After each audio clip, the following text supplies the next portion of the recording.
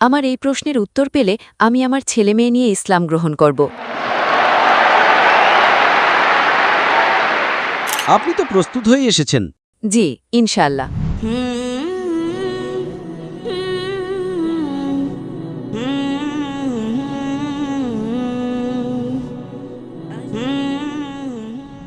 আমার নাম রেবতী।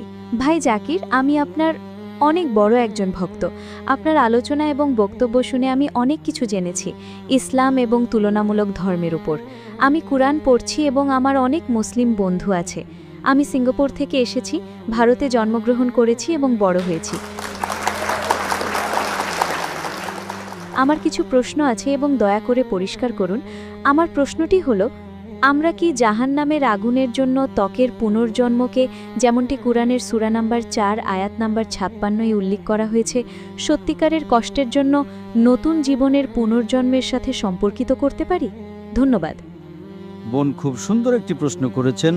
তিনি বলেছেন যে আমরা কি সম্পর্কিত করতে পারি।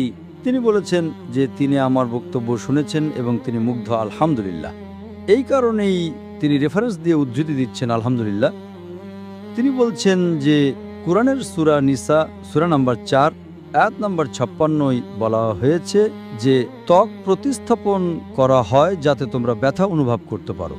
এটি কি পুনর্জন্মের মতো বারবার আসা, বারবার ফিরে আসা এবং একজন মানুষ এই পৃথিবীতে আবার জন্মগ্রহণ করে?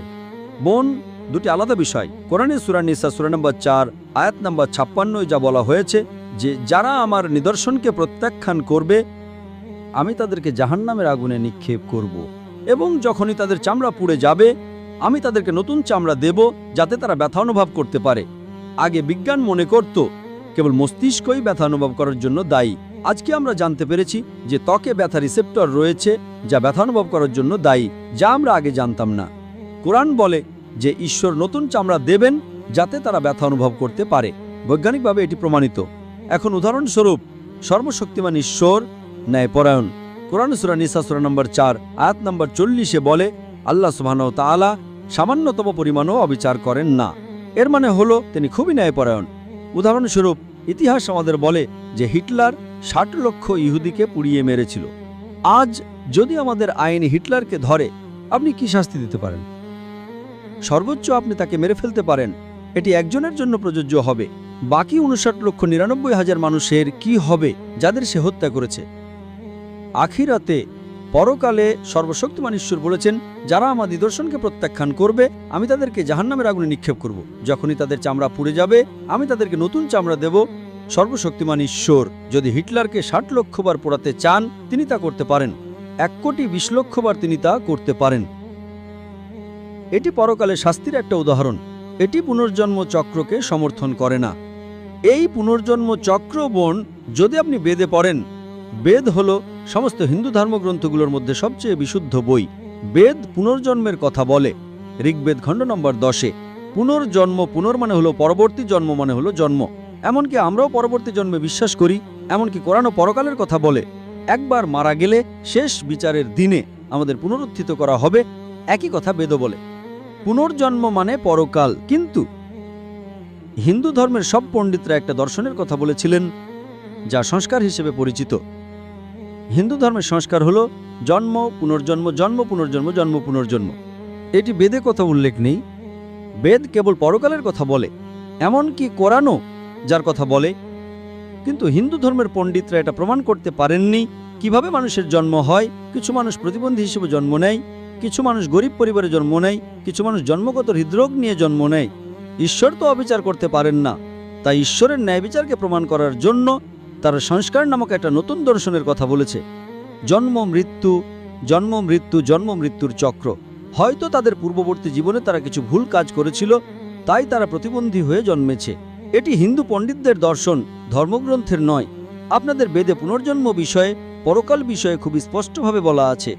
এমনকি কোরআনও যার কথা বলে। আপনি এই পৃথিবীতে এসেছেন, আল্লাহ তাআলা কোরআনে সূরা মুলক সূরা নাম্বার 67 আয়াত নাম্বার 2 বলেছেন, আল্লাযী খালাকাল মাউতা ওয়াল হায়াতা। আল্লাহ মৃত্যু এবং জীবন সৃষ্টি করেছেন যাতে তিনি তোমাদের মধ্যে পরীক্ষা করতে পারেন যে তোমাদের মধ্যে কে কর্মে উত্তম। সুতরাং এই পৃথিবীতে আপনার জীবনে কেবল একবারই জীবন রয়েছে। একবার আপনি মারা গেলে সর্বশক্তিমান ঈশ্বর শেষ বিচারের দিনে আপনাকে পুনরুত্থিত করবেন। বেদও তাই বলে। কিন্তু হিন্দু ধর্মের পণ্ডিতরা এটা প্রমাণ করতে পারেননি কেন কিছু শিশু বধির হয়ে জন্মায়, কেউ বোবা, কেউ হৃদরোগী, কেউ গরিব পরিবারে। কারণ তারা প্রমাণ করতে পারেননি। তারা এই দর্শন নিয়ে এসেছেন যা বেদে উল্লেখ নেই।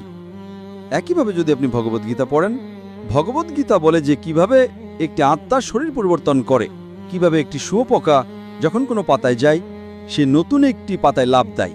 একইভাবে আত্মা একটি নতুন শরীরে পরিবর্তিত হয়। একবার হওয়া নিয়ে আমাদের কোনো সমস্যা নেই, কিন্তু একাধিকবার হওয়াটা পুরোপুরি ভুল। এখন আমি এর ব্যাখ্যা দেব ইসলাম এই বিষয়ে কি বলে। এখন আপনি আমাকে প্রশ্ন করবেন, ঠিক আছে, যদি হিন্দু পণ্ডিতরা ভুল হয় তাহলে কোরআনের ব্যাখ্যা কি? ইসলামে যেমনটা আমি উল্লেখ করেছি, আল্লাহ বলেন সূরা মুলক সূরা নম্বর 67 আয়াত নম্বর 2, আল্লাযী খালাকাল মাউতা ওয়াল হায়াতা, সর্বশক্তিমান ঈশ্বরই মৃত্যু এবং জীবন সৃষ্টি করেছেন এটা পরীক্ষা করার জন্য যে তোমাদের মধ্যে কে কর্মে উত্তম। সুতরাং মনে জীবনটা হলো পরকালের জন্য একটা পরীক্ষা। প্রতি বছর যখন আপনি পরীক্ষায় বসেন, প্রশ্নপত্র তো পরিবর্তন হতেই থাকে, ঠিক না ভুল? ঠিক। একইভাবে সর্বশক্তিমান ঈশ্বর বিভিন্ন মানুষকে বিভিন্নভাবে পরীক্ষা করেন। কোরআন বলে যে আপনার সন্তানরা আপনার জন্য একটা পরীক্ষা। কোরআন বলে যে আপনার সম্পদ আপনার জন্য একটা পরীক্ষা। তাই সর্বশক্তিমান ঈশ্বর কিছু মানুষকে গরিব হিসেবে জন্ম দেন, কিছু মানুষকে ধনী হিসেবে জন্ম দেন। ধনী মানুষদের তাদের জাকাত দিতে হয়।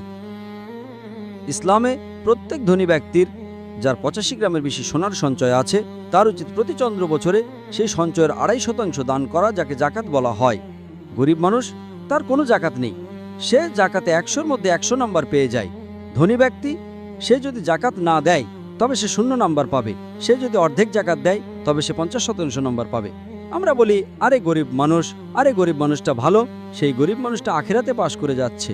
সুতরাং পরকালে হতেই পারে। দারিদ্র্য হলো একটা পরীক্ষা, সম্পদ হলো একটা পরীক্ষা। আপনি সর্বশক্তিমান ঈশ্বরের আদেশ মানছেন কিনা। কুরআন বলে যে এমনকি আপনার সন্তানরাও একটা পরীক্ষা। হতে পারে খুব ধার্মিক একটা দম্পতি আছেন, সেই দম্পতির এমন একটা বাচ্চা জন্মালো যার জন্মগত হৃদরোগ আছে। সেই বাচ্চা কোনো পাপ করেনি। কুরআন বলে প্রত্যেকটি শিশুই মাসুম হিসেবে জন্মায়, প্রত্যেকটি শিশুই নিষ্পাপ হয়ে জন্মায়। এটা বাবা মায়ের জন্য একটা পরীক্ষা যে বাবা মায়ের কি এখনও সর্বশক্তিমান ঈশ্বরের ওপর বিশ্বাস আছে কি না। যদি বাবা মায়ের বিশ্বাস কম থাকে তবে সে অভিযোগ করতে শুরু করবে যে এ কেমন ঈশ্বর, আমি এত প্রার্থনা করেছি তবুও সে আমাকে এমন একটা সন্তান দিচ্ছে যে প্রতিবন্ধী। একজন ভালো মুসলিম, সে বলবে আলহামদুলিল্লাহ, সব প্রশংসা আল্লাহর। সে এটা মেনে নেবে, সে অভিযোগ করবে না। হয়তো ঈশ্বর সেই বাবা মাকে আরও উঁচু সম্মান দিতে চান। আপনি যদি কলা বিভাগে গ্র্যাজুয়েট পাশ করেন, সেটা সহজ পরীক্ষা, আপনি গ্র্যাজুয়েটের ডিগ্রি পান। তবে MBBS পাশ করা কঠিন। তাই হয়তো সর্বশক্তিমান ঈশ্বর সেই বাবা মাকে জান্নাতে একটা উঁচু সম্মান দিতে চান।